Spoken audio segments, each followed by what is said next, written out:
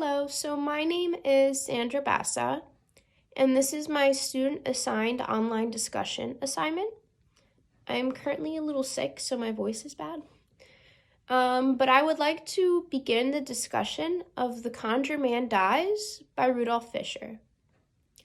To start, this text was originally published in 1932. To set the scene within The Conjure Man Dies, this is one of the first known mystery novels by an African-American writer, which takes place in 1930s Harlem in New York. The story tells the fascinating tale of a mystic who is murdered, only to apparently come back to life. Frimbo, the mystic, is discovered dead at his conjure table, and his murder is investigated by Detective Perry Dart of the Harlem Police, alongside his friend Dr. John Archer. It was considered a groundbreaking novel because it was the first to feature an entirely African-American cast of characters, as well as a main African-American detective. When it was published, Fisher was the second African-American author of the detective fiction genre to have a novel published. It is no coincidence that one of the story's protagonists is a doctor. Fisher himself was a medic, and in the 1920s, he was considered a highly knowledgeable individual about ultraviolet rays on viruses. That meaning, he found that his knowledge of the human anatomy was extremely useful when Fisher was writing about the human body, and it made it easier for him to explain to his readers how the victims were murdered, how their murder happened, to a knowledgeable degree because of his past experience.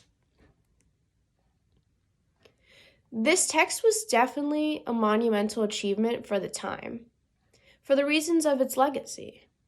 This was one of the first novels written in the detective genre by an African American, and with a mainly African American set of characters.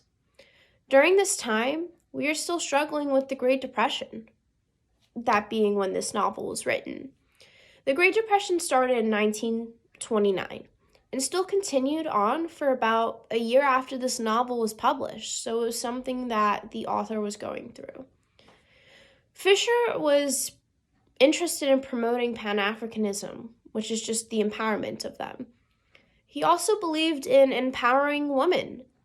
The female characters in his stories were always examples of strength. These two topics were kind of put away during that time, and openly speaking about women in power and being so proud of who he was definitely difficult during that time to openly say. I find this very beneficial and in advancing and moving forward in ideologies during that time in history.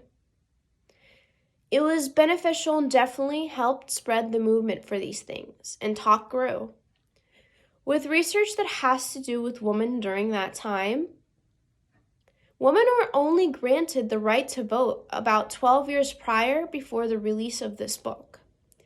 So there were still probably people that pushed this idea away, even though that was a victory for women that took a long time and a lot of effort.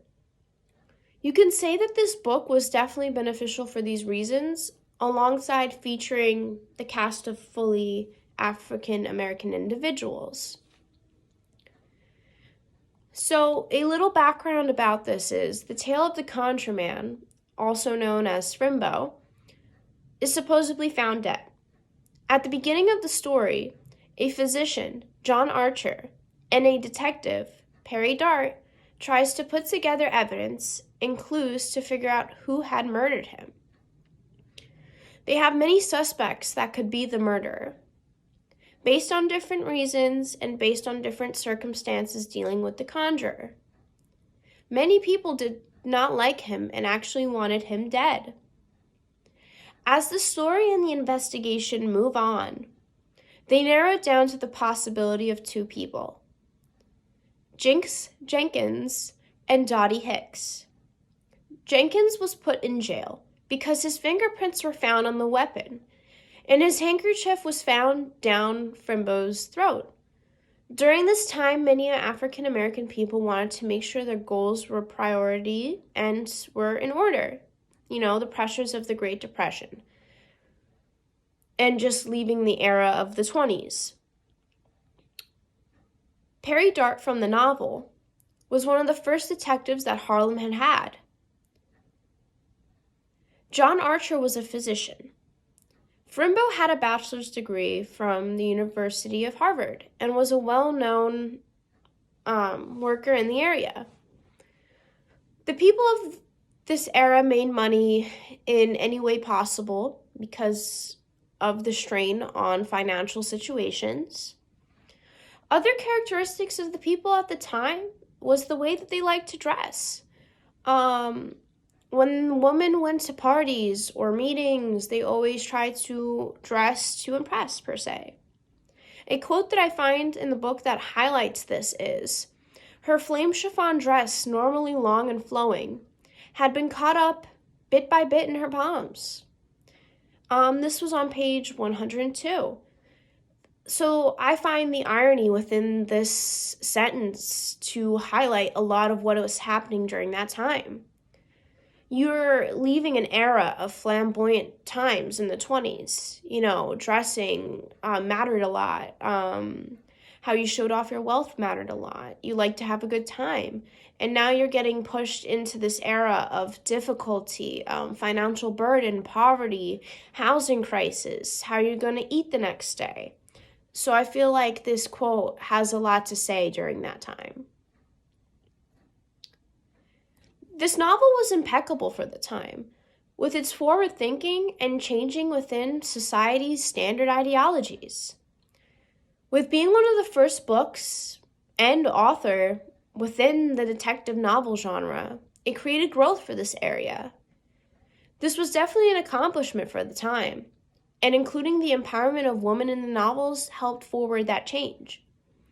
This novel did not get much attention until after the death of Fisher, which we see often happening in history with a author coming out with something and it doesn't get much attention until they do pass away, so they can never see the impact that they provided.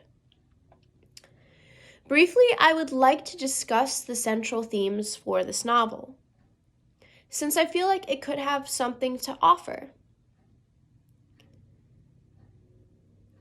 As a theme, I think that this story could address darkness and lightness within things occurring within the world. This novel has a whole dark atmosphere, and it highlights the detective theme very well. Usually when you think of a detective film, it has a dark, raining atmosphere, and it's a little bit on the dramatic side, which I feel like stays true to what I usually think of when I think of a detective novel or film. I feel like there is darkness and lightness within the crime. The lightness including the crime being slowly illuminated and brought to light and to people's attention. The Conjure Man, based on his name alone, has a dark and negative connotation, which makes you start to just question him and his character. The dark connotation helps portray the dark aspect within this novel. But when this crime comes to light, you see light.